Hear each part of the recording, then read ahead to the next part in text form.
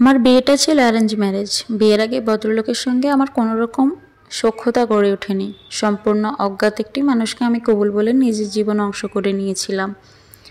জীবনের বদলটাও হয়তো সেখান থেকেই। আমি সাদামাটা মধ্যবিত্ত পরিবারের অনুগত একটি মেয়ে।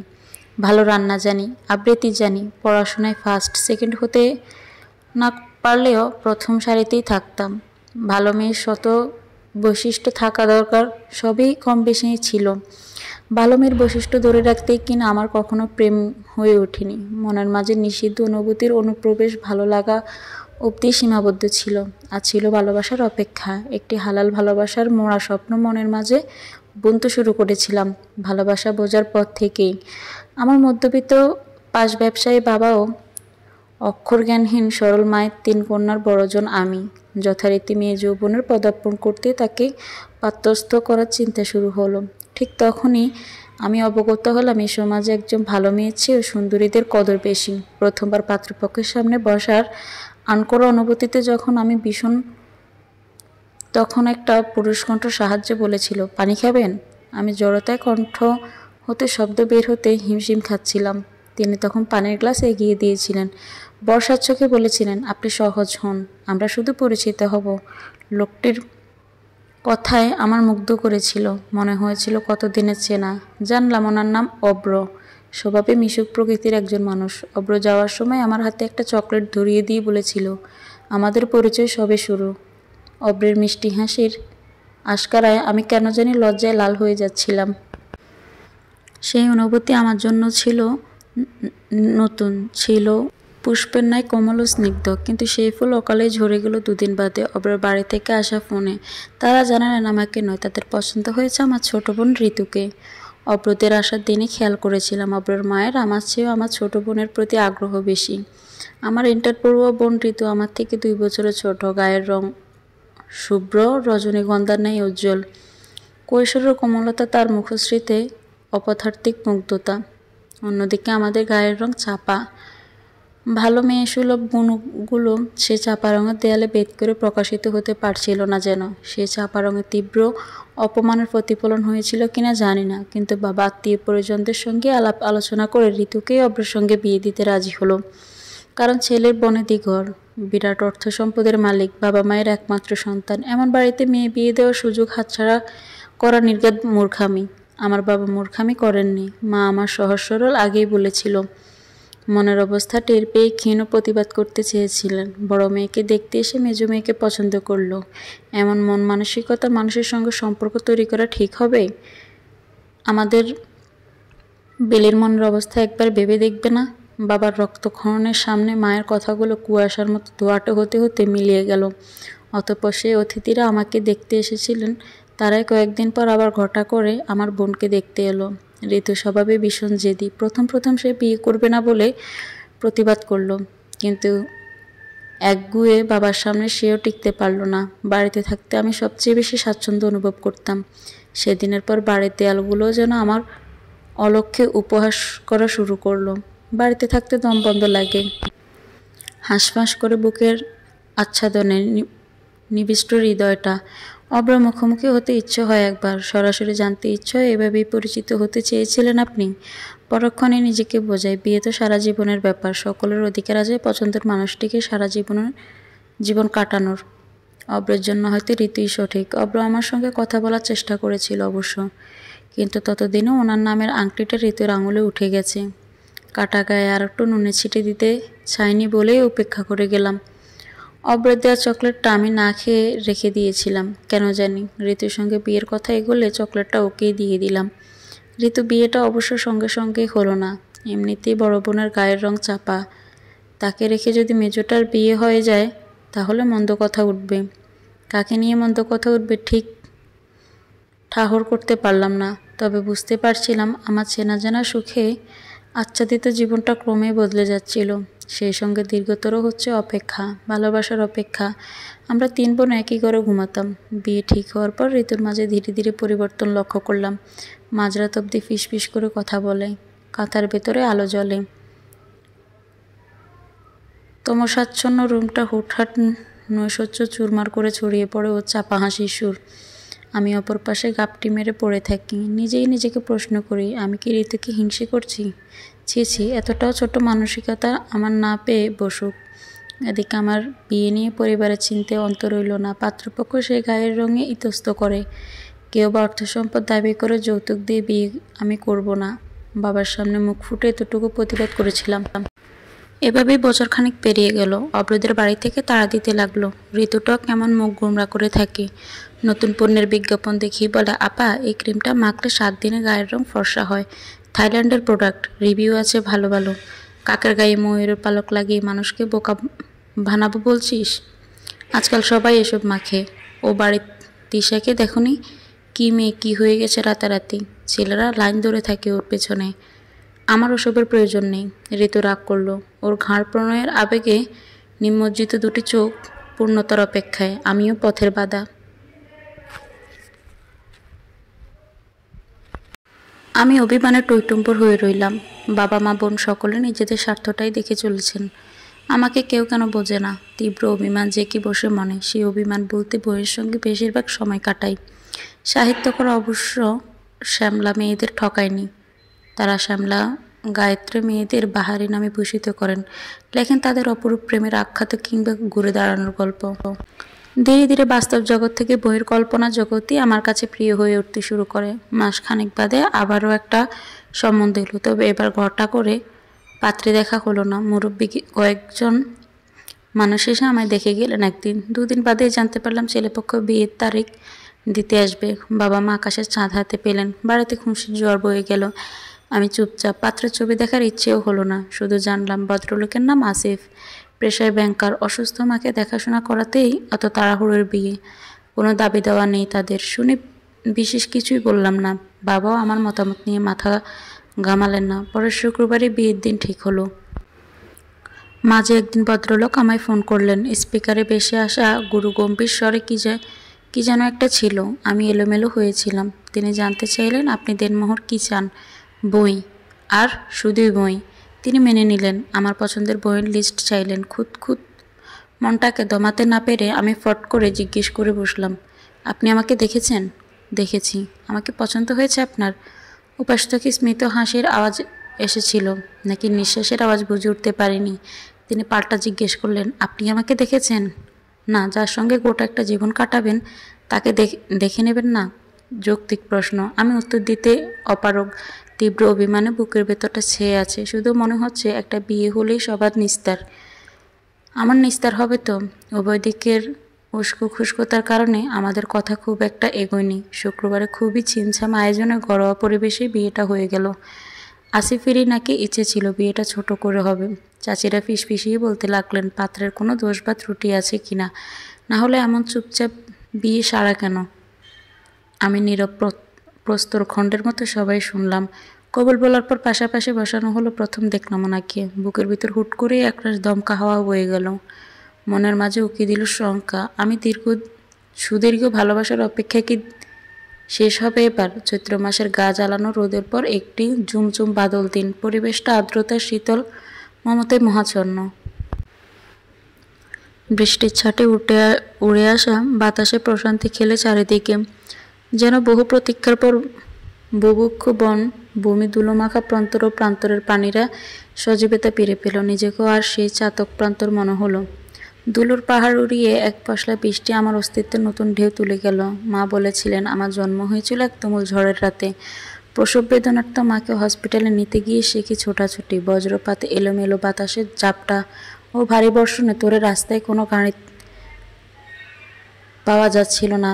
বাবা সেই ঝড়ের মাঝে নিজে ভ্যান চালিয়ে মাকে সদরে নিয়ে গিয়েছিলেন। অন্ধকার কিংবা প্রকৃতির রোগাশীর্ণ মূর্তি ওনাদের একটু ভীত করেনি, বরং ভীত ছিল নতুন প্রাণের সুস্থভাবে আগমনের জন্য। শুনেছি আমাকে প্রথম কোলে নিয়ে বাবা কেঁদে ফেলার গল্প। সময়ের সাথে ক্রমশ রাগী হয়ে ওঠা বাবা অবশ্যই সেই কথা শুনতে এখনও বিব্রত বোধ করেন। আমাকে বিদায় দেওয়ার বেলায় সকলের কান্নার মাঝে বাবাকে সেই একই রকম বিব্রত মুখে দাঁড়িয়ে থাকতে দেখেছিলাম। অভিমান নিয়েও বেজা চোখে তাকিয়েছিলাম। তিনি আসবেন, বিদায় বেলা একবার হলেও আমার মাথায় হাত রাখবেন। কে জানে, হয়তো চোখে চোখ মেলাতে না পেরেই আসেননি। সকলের ওপর এক আকাশ অভিমান নিয়েই শ্বশুরবাড়ি এসেছিলাম আমি। প্রথম রাতে আসিফ আমার কাছে ছোট একটা আবদার করে বলেছিলেন, মা বিছানায় পড়ার পর থেকেই এই সংসারে বিষণ্ণতার গন্ধ ঘুরে বেড়ায়। আগলে রাখার জন্য একজন মমতাময়ীর প্রয়োজন ছিল। আমার মা আপনার ছবি দেখেই বলেছিলেন, আপনার দুটো চোখ মমতায় আছে, আপনি কি পারবেন সে মমতার সুবাসে বিষণ্ণতার গন্ধ দূর করতে? মমতার সুবাস, কথাটা একটু ভারী মনে হয়েছিল আমার। পরে বুঝলাম মায়ের গায়ের গন্ধকে তো মমতার সুবাসই বলে। পারবো কি না বুঝেও আমি সম্মোহিত মতো সায় দিয়ে বলেছিলাম, সংসার তো সন্তানেরই মতো, আর সন্তানকে মমতা দেওয়া অনিবার্য। আমি সর্বোচ্চ চেষ্টা করে যাব। জড়তার ফলে একটা ভাগ্য বিড়বিড় করেছিলাম, যদি আপনি পাশে থাকেন। অ্যারেঞ্জ ম্যারেজেও একে অপরের সম্বন্ধে বিশেষ না জানার দারুণ এক ওনার স্বভাবসুলভ গম্ভীর দেখে প্রথম ওনাকে আমি অকারণেই ভয় পেতাম। ফলে সম্পর্কটা সহজ হয়েও যেন হচ্ছিল না, অস্বস্তিতে জড়িয়েছিলাম। ভালোবাসার ভ্রমর উঁকি দিয়েও ঠাঁই নেওয়ার জায়গা পাচ্ছিল না দুজনের মাঝে। বার্ধক্যজনিত রোগে বিছানায় শায়িত শাশুড়ি টের পেলেন বিষয়টা, আমার হাত ধরে আফসোস করে বললেন, বুঝেছ বউ, ছেলে আমার শান্তশিষ্ট হলেও হাসি খুশি ছিল খুব। ছোট বয়সে আব্বা মরার পর সংসারের দায়িত্ব সামলাইতে সামলাইতে দুইখান ভাই বোন স্বাবলম্বী বানাইতে গিয়া হাসিটাই হারাইয়া ফেলছে। তুমি ওরা কোনোদিন কষ্ট দিও না মাগো, ওর সুখটা সবাইরে বিলাইতে জানে, কিন্তু দুঃখ মন খারাপ অভিমান মনে মনেই রাখে, জানতেও দেয় না। তীব্রভাবে টের পাচ্ছিলাম অহেতুক ভয়, লজ্জা কিংবা জড়তা কাটাতে হবে। যে কোনো একজনকে এই দ্বিধার দেয়াল ভাঙতে হবে। ওনার সান্নিধ্যে যত্নে দায়িত্বশীলতায় প্রতিনিয়ত বুঝতে পারছিলাম আমি প্রেমে পড়ছি। তীব্র ভালোবাসার চেষ্টা নিয়ে যার অপেক্ষা করেছিলাম আসিফই সে। তবুও হীনমন্যতায় ভোগা মনের একটা খচখচানি হতো, ওনার তীব্র ভালোবাসার মানুষটা আমি হতে পারবো তো? খোলা জানালার পাশে দাঁড়িয়ে সেসব ভেবে ভেবে কখন যে বৃষ্টির ছাটে ঘর ভিজিয়ে ফেলেছি টেরই পাইনি।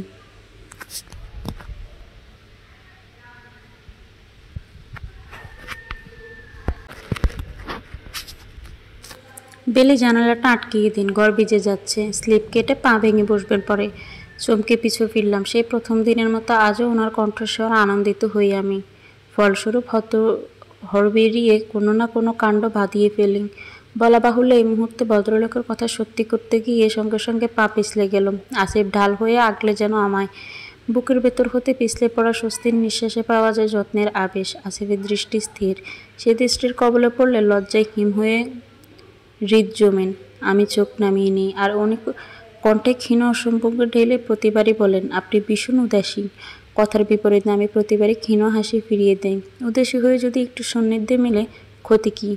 আসিফকে আমি ভদ্রলোক বলে সম্বোধন করি। বিয়ের দিন কয়েকের মাঝেই বুঝতে পারলাম একটু বেশি ভদ্র গোছের মানুষ তিনি। বাড়িতেও পরিপাটি হয়ে থাকেন, যে কোনো মেজাজেই নম্র স্বরে কথা বলেন। হাঁটা চলা খাওয়া দাওয়া সবই শব্দহীন, প্রতিক্রিয়া সারেন। পারলে বোধহয় কথাও নিঃশ্বাসের উচ্চারণ করতেন। কথা না বললে কিংবা দেখা না দিলে বোঝার উপায় নেই বাড়িতে আরেকজন মানুষ থাকেন। ভদ্রলোকের চেহারার প্রতিটি লোমকূপে যেন রাজ্যের গম্ভীর ঠাসা। ভারেক্কি ভাব অঙ্গভঙ্গিতে আমার চেয়ে গুনে গুনে 8 বছরের বড়।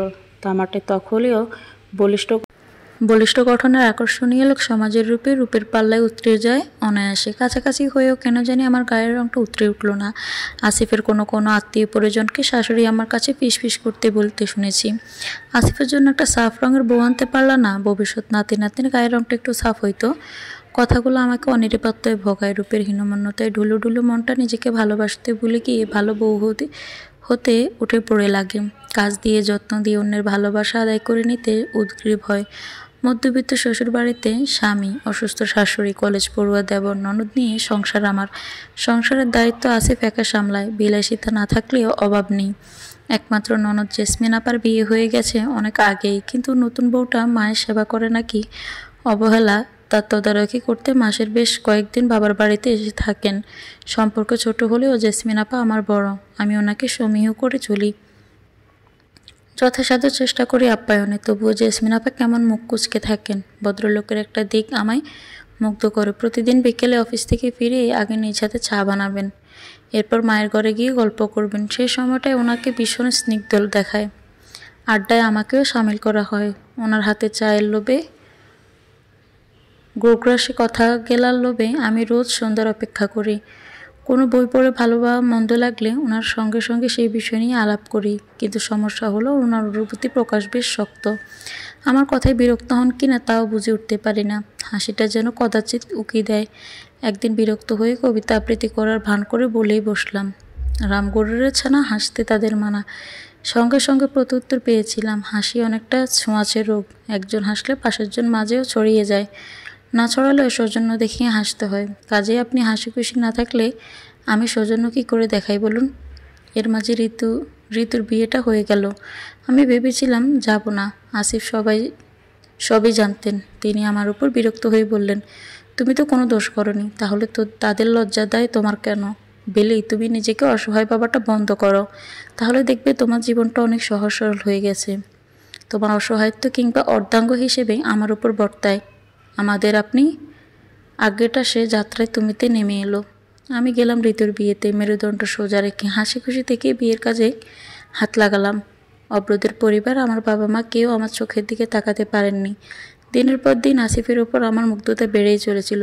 সেই সঙ্গে ধীরে ধীরে ভাবনার বদলটাও আসছিল। কিন্তু আসিফ, উনি কি আমার উপর মুগ্ধ হচ্ছে? আমি ওনাকে বুঝিয়েও বুঝতে পারি না। শুনেছি পেটের মধ্যে দিয়ে পুরুষ মানুষের মনের রাস্তা পাওয়া যায়। সেই চেষ্টা নিজের হাতে সব রান্না করতাম আসিফের পছন্দ মতো। এক ছুটির দিনে দুপুরবেলা তার পছন্দের রান্না বান্না করে বেশ দুর্বল হয়ে পড়লাম। ইদানিং শরীরটা দুর্বল লাগে। আসিফ ব্যক্তিগত হয়েও আমার বিশ্রাম নিতে বলল। নিজের বসে থাকলো আমার পাশে। ফলে সেদিন সকলের খাওয়ার পর আমরা দুজনে খেতে বসেছি। ইলিশ মাছের 2টো পিস অবশিষ্ট ছিল। একটি আসিফের পাতে তুলে দিয়ে অন্যটা আমি না নিয়ে রেখে দিলাম। আসিফ নিজেরটা খেয়াল করলো। জিজ্ঞেস করলো, মাছ নিচ্ছ না কেন? ইতস্ত করে বললাম, তুমি তো ইলিশ মাছ খেতে ভালোবাসো, এটা রাতে খেও। উনি স্থির দৃষ্টিতে আমার দিকে তাকালেন, বেশ বিরক্ত নিয়ে বললেন, বেলি, তুমি কি জানো তুমি ভালো মানুষই করে নিজের ক্ষতি করছো? থমথম খেয়ে গেলাম। বললাম, মানে? এই যে কিছুদিন ধরে দুর্বল বোধ করছো, সেটা কিন্তু নিজের ভুলেই। প্রতিটা মানুষের শরীর সুস্থ সবল থাকার জন্য নির্দিষ্ট কিছু খাদ্য চাহিদা আছে। তুমি অন্যকে ভালোবাসা দেখাতে গিয়ে, অন্যের যত্ন নিতে গিয়ে নিজের ভাগের মাছটা উপরি হিসেবে দিয়ে দিচ্ছ। নিজের শরীরকে আমিষের চাহিদা থেকে বঞ্চিত করছো। শরীর কিন্তু মমতা বোঝে না। কাজেই ঘাটতির প্রভাব আজ নয়তো কাল প্রকট হবেই। এর বড় উদাহরণ তোমার সামনে উপস্থিত। আমি প্রশ্নবোধক চাহনি দিলাম। উনি আবার বলতে লাগলেন,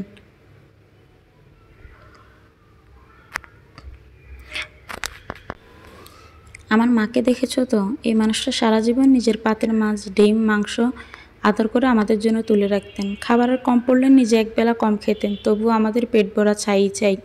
বলতেন আমরা খেলেই নাকি মায়ের খাওয়া হয়ে যায়, আমাদের তৃপ্তিতে নাকি ওনার তৃপ্তি। সে তৃপ্তির ফল কিন্তু এই বয়সে এসে হাড়ে হাড়ে পাচ্ছেন। কি এমন বুড়ো হয়েছেন মা, অথচ বিছানা থেকে উঠতে পারেন না। রোগ প্রতিরোধ ক্ষমতা দেহে একদমই নেই। 3 বেলা মুঠো ভরে মেডিসিন নিচ্ছেন।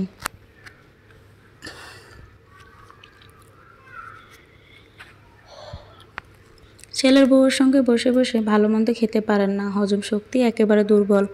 শরীরের নিত্য প্রয়োজনীয় পুষ্টি মমতার মতো অন্যদিকে বিলিয়ে দিয়ে পেরেছেন দুর্বলতা, অবসাদ, রোগ বালাই। এখন আফসোস করা ছাড়া কিছুই করার নেই। ভালোবাসা শুধু নিজের জিনিস অন্যকে দেওয়ার মাঝেই থাকে না, আরও অনেকভাবেই ভালোবাসা দেখানো যায়। তুমি যদি নিজের ভালো না থাকলে তাহলে আমাদের যত্ন করবে কি করে? আমাদের ভালোবাসতে হলেও তোমার নিজেকে সুস্থ সবল রাখা উচিত।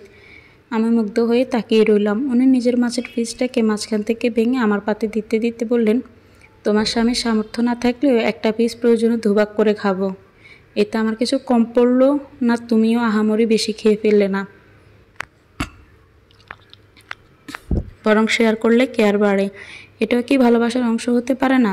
পারে। নিজেকে ভালোবাসো বুঝলে তোমার অযত্ন কিন্তু ঘুরে ফিরে আমার ভবিষ্যতের জন্য ক্ষতিকর। সেটা আমি মোটেও সহ্য করব না। কথাটা বলতে গিয়ে লোকটার ঠোঁটের কোণে একটা চোরা দুষ্টু হাসি উঁকি দিল।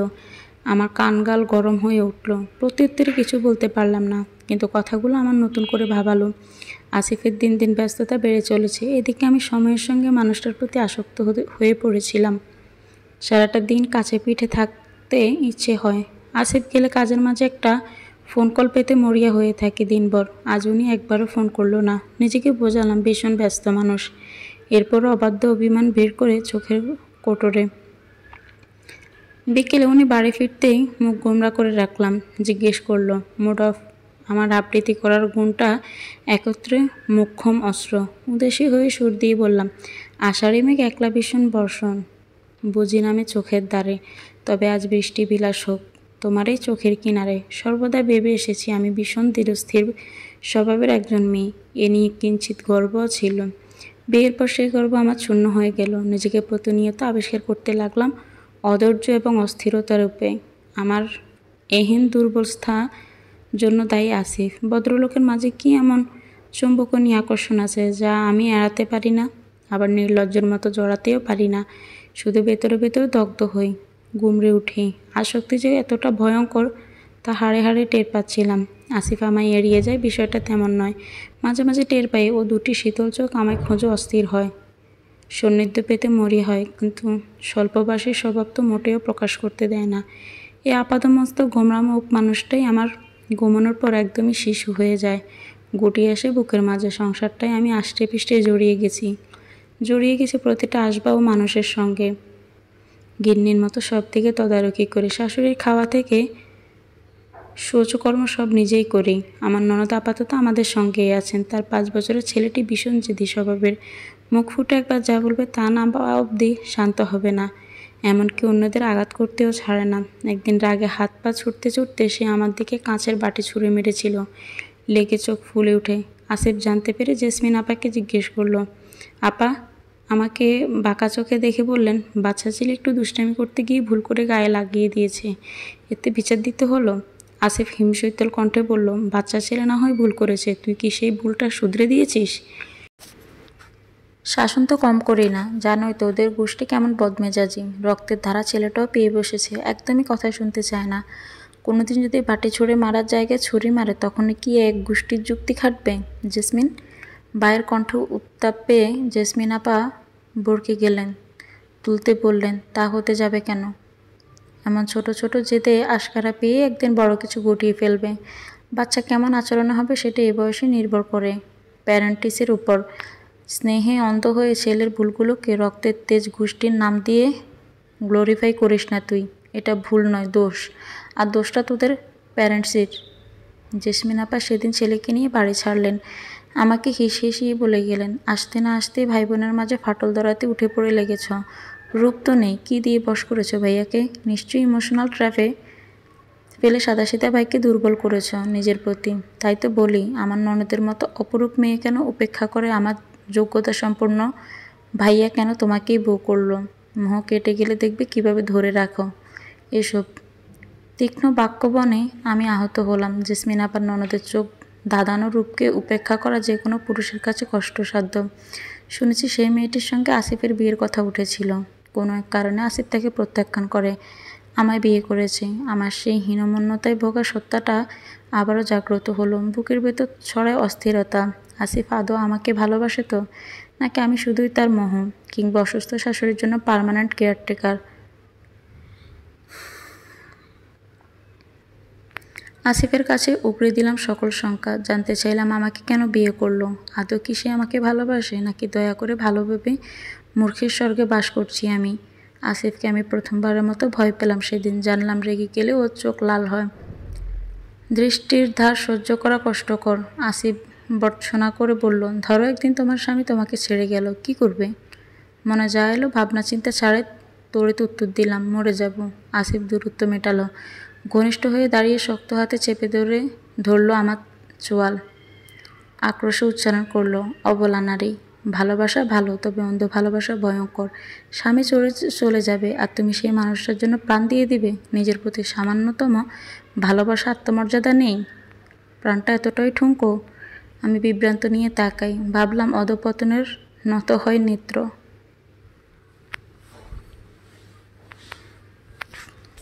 আসিফ আবার বলল, বেলি, নিজেকে ভালোবাসতে শেখো। অন্যের ভালোবাসা তুমি তখনই অনুভব করতে পারবে যখন নিজেকে ভালোবাসতে পারবে। হীনমন্যতায় ভুগে অন্যের মন খারাপ রাখার চেষ্টা করে তুমি কোনোদিন সুখী হতে পারবে না।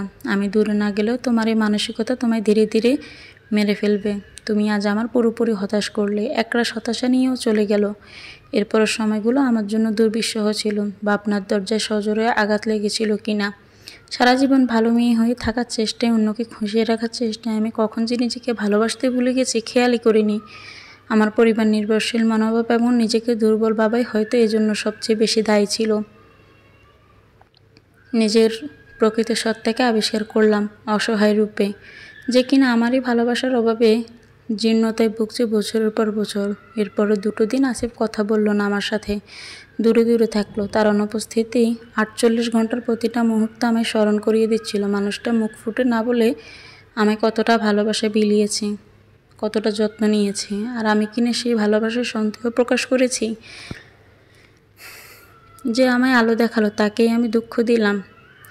মরমে মরমে মরে যাচ্ছিলাম প্রতিটা মুহূর্ত। দূরত্বের ভার বইতে না পেরে ছুটে গেলাম ওর কাছে, কান্নাকাটি করে ভিজিয়ে দিলাম বুক। পাষাণ নরম হলো, আমায় আগলে নিয়ে জানালো সেই সুখকর শব্দটা যা আমি সকল দ্বিধা জড়তা হীনমন্যতা এক নিমিষে দূর করে দিল।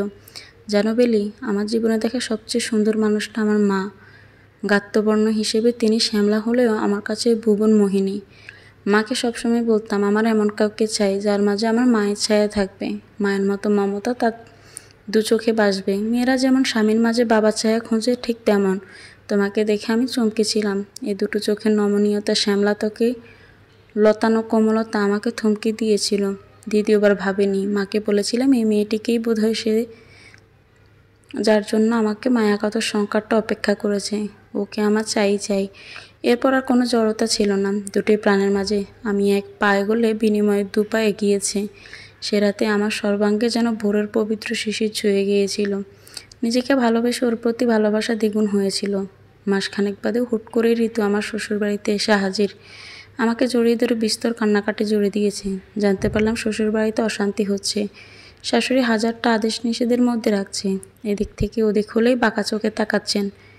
এদিকে খোলা আকাশের মুক্ত বিহঙ্গরা সংসারের জটিলতায় পড়ে ফাঁসফাঁস করছে। ঋতু বাবার বাড়িতে ভীষণ যত্ন স্বাধীনতায় বড় হয়েছে। জল গড়িয়ে পর্যন্ত খায়নি। কৈশোরের রঙিন ও নির্ভর মনকে ব্যস্ততার রূঢ়তা স্পর্শ করেনি কখনো। সেই নির্ভর মনটা বিয়ের পর সংসারের দায়িত্ব, কর্তব্য, বাস্তবতার মাঝে পড়ে দিশেহারা অনুভব করছে। এক সময়ের প্রণয় প্রগাঢ়তায় উজ্জ্বল মুখখানা কেমন ফিকে হয়ে যায়। অব্র তাকে বুঝতে চায় না, শাসন করে। যে রীতিও দেখা যায় পাল্টা উত্তর দিয়ে দেয়। যথারীতি লেগে যায় তর্ক। গতকাল সেই তর্ক চরমে পৌঁছালে ঋতু রাগ করে বাবার বাড়িতে গিয়েছিল। মাও ওর দোষ ধরে জামাইয়ের পক্ষে টেনে শ্বশুর বাড়িতে ফিরতে বললেন। রাগে দুঃখ অসহায় মেয়েটা ঘুরে ফিরে আমার কাছে এসেছে। সেই সূত্রে আজ প্রথমবারের মতো অব্রের ফোন এলো আমার কাছে। হ্যালো, বেলি বলছেন? জি, আপনি নিশ্চয়ই অব্র। অপর পাশের মৌনতায় অস্থিরতা বিস্তার হতেই নিশ্চিত হলাম অব্রই ফোন করেছে। কথা বলতে আমারও ইতস্ত লাগছিল। সঙ্গে সঙ্গে আসিফের বলা কথাটা মনে পড়ল। আমি কোনো ভুল করিনি, কাজেই অন্যের সংকোচের দায় আমার নয়। গলা ঝেড়ে বললাম, আপনি চিন্তা করবেন না অব্র ভাই, ঋতু আমার কাছেই আছে। অব্র একটু সময় চুপ থেকে অভিযোগের সুরে বলতে লাগলেন, আপনার বোনটাকে একটু বোঝান। বাচ্চাদের মতো জেদ করে থাকে সব কিছুতে। সংসারের সব দায়িত্ব বলে করাতে হয়। সামান্যতম ম্যাচুরিটি নেই, রেসপন্সিবিলিটি নেই। বিয়ের আগে তো জানতেন আপনি একজন কিশোরীকে বিয়ে করছেন। 1 বছর তার সঙ্গে প্রণয়ের সম্পর্ক রেখেছেন। তখন যেহেতু বাচ্চা ভেবে আশা করা দিয়েছেন, তাহলে এখন কেন মুরব্বীদের মতো ম্যাচুরিটি খুঁজছেন? অব্রবোধে এতটা শক্ত আচরণ আশা করেনি। আমার মা আবার জামাই অন্তঃপ্রাণ।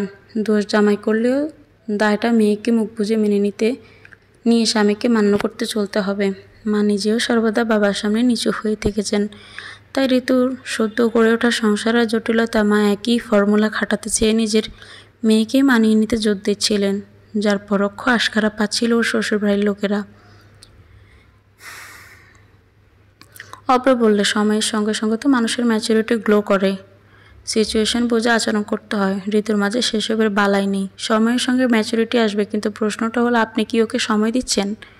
উপযোগী পরিবেশ বা ভরসা দিচ্ছেন? বিয়ের আগে প্রেমের আলাপ করতে যেভাবে সময় দিয়েছেন, বিয়ের পরে সংসারী আলাপে কি একই সময় ব্যয় করেছেন?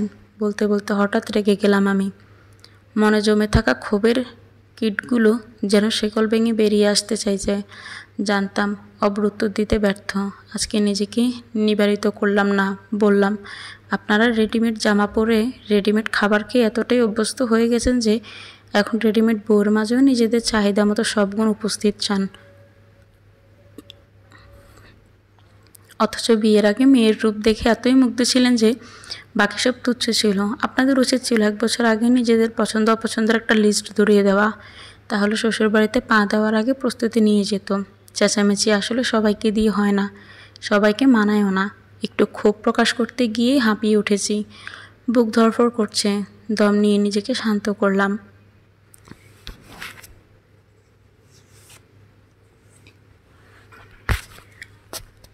অব্রের মৌনতা আবারও তাচ্ছিল্যের সঙ্গে বললাম, অব্র ভাই, শুনতে খারাপ লাগছে জানি, কিন্তু আপনার দোষটাও প্রকট। ঋতু ইম্যাচিউর, জেদি, খামখেয়ালি মেজাজের মনের কথা সরাসরি বলে দেয়, হোক সে ভালো কি মন্দ।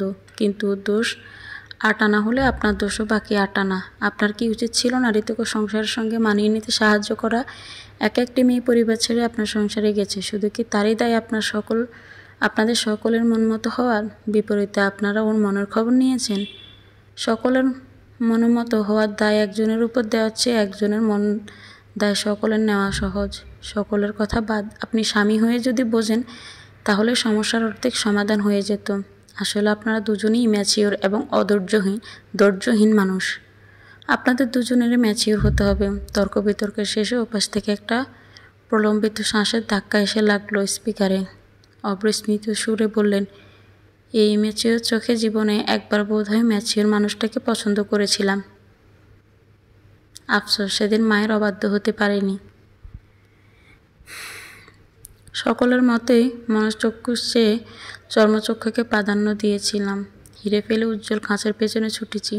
সে আফসোসের বার সারা জীবন বইতে হবে। স্ত্রীর সম্মান রাখা আপনার দায়িত্ব। অন্যের সামনে তাকে কাঁচ বলে তাচ্ছিল্য করতে পারেন না।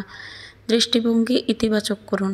আপনি একটি হীরাখণ্ড পেয়েছেন, তাতে ঘষে মেজে অলঙ্কারের আকার দেওয়ার দায়িত্বটা এখন আপনার। ফোন রেখে দিলাম। বলতে ইচ্ছে হচ্ছিল, ভাগ্যিস মায়ের অবাধ্য হননি।